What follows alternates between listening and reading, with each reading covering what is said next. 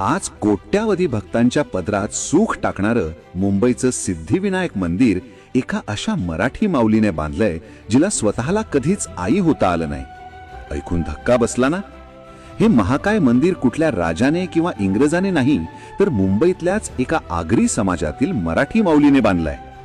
19 November 1808 Dadar प्रभादेवीचा तो परिसर तेव्हा जंगलासारखा होता.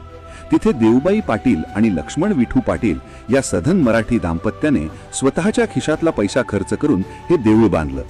पण त्यामागे एक खूप मोठं दुःख लपलेलं होतं. देऊबाई पाटील यांना स्वतःला मूलबाळ नव्हतं. वांझोटी म्हणून समाजाने दिलेले टोमणे आणि ते भयंकर दुःख त्यांनी स्वतः भोगलं होतं. पण जे दुःख माझ्या वाट्याला आलं ते इथल्या कोणत्याही स्त्रीच्या वाट्याला येऊ नये, बाप्पाने प्रत्येकीची ओटी भरावी या एकाच उद्दात्त हेतूने देऊबाईंनी हे सिद्धिविनायकाचे मंदिर उभारले. स्वतः मातृत्वाच्या सुखाला पारख्या झालेल्या या माऊलीने आज कोट्यावधी भाविकांना एका आशेचा किरण दिलाय.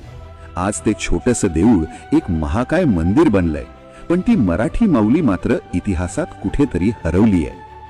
ही माहिती ऐकून जर तुमच्याही अंगावर काटा आला असेल तर हा व्हिडिओ आत्ताच शेअर करा.